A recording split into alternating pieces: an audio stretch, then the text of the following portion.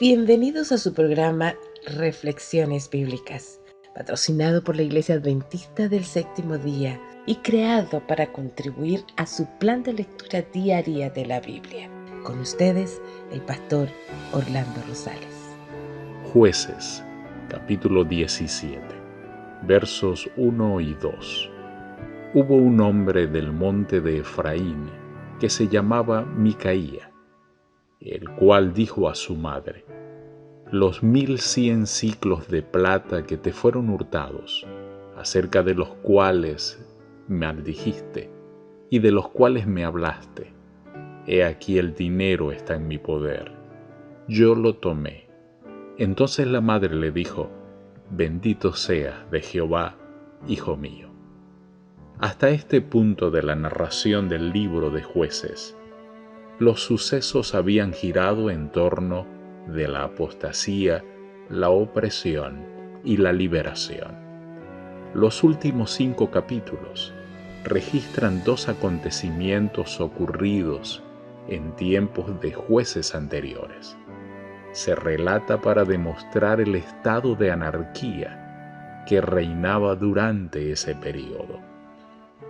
Cuando la madre de Micaía, que indudablemente era una viuda pudiente que vivía con su hijo, descubrió que le habían hurtado la plata, maldijo terriblemente el dinero y al que lo había tomado, sin soñar quizá que su propio hijo Micaía era el ladrón.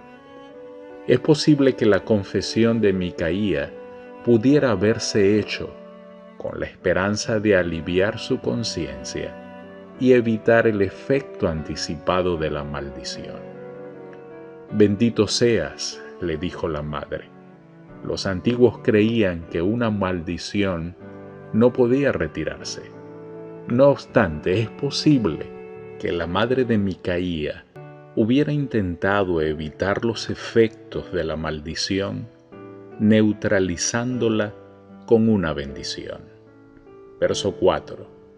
Mas él devolvió el dinero a su madre, y tomó su madre 200 siclos de plata, y los dio al fundidor, quien hizo de ellos una imagen de talla y una de fundición, la cual fue puesta en la casa de Micaía.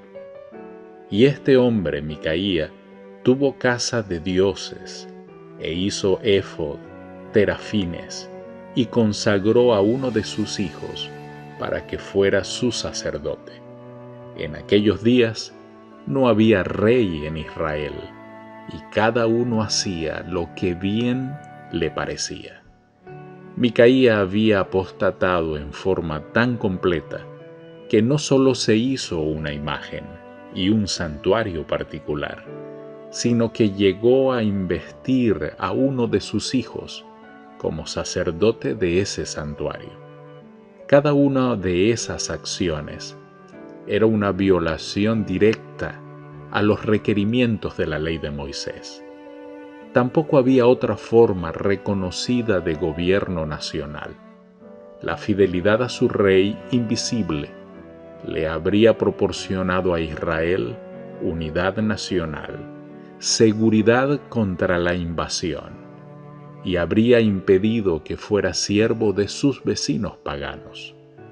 La anarquía prevalecía, la fuerza era el derecho, y los hombres se dejaban guiar por sus caprichos y no por las instrucciones de la ley de Dios. Versos 7 y 9. Y había un joven en Belén de Judá, de la tribu de Judá, el cual era levita y forastero allí. Y Micaía le dijo: ¿de dónde vienes?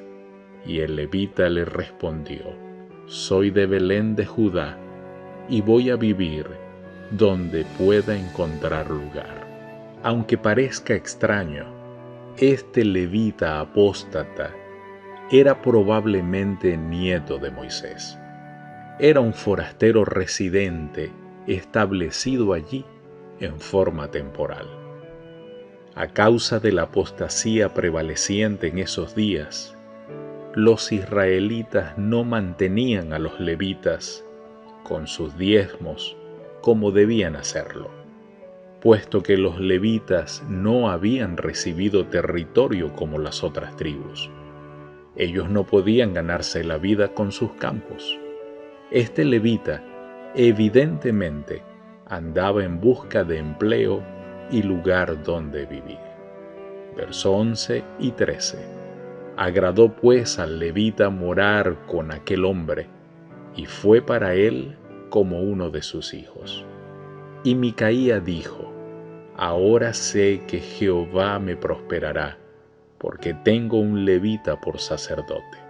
No podemos sino compadecernos de Micaía por el deseo que sentía de obtener la bendición de Dios, pero al mismo tiempo estaba violando, al parecer inconscientemente, las ordenanzas de Dios en cuanto al método de su culto. Querido Dios, no queremos hacer nuestra voluntad, sino la tuya. Por favor, Señor, condúcenos siempre por el buen camino, que podamos agradarte y agradarte solo a ti. Te lo pedimos en el nombre de Jesús. Amén. Dios te bendiga.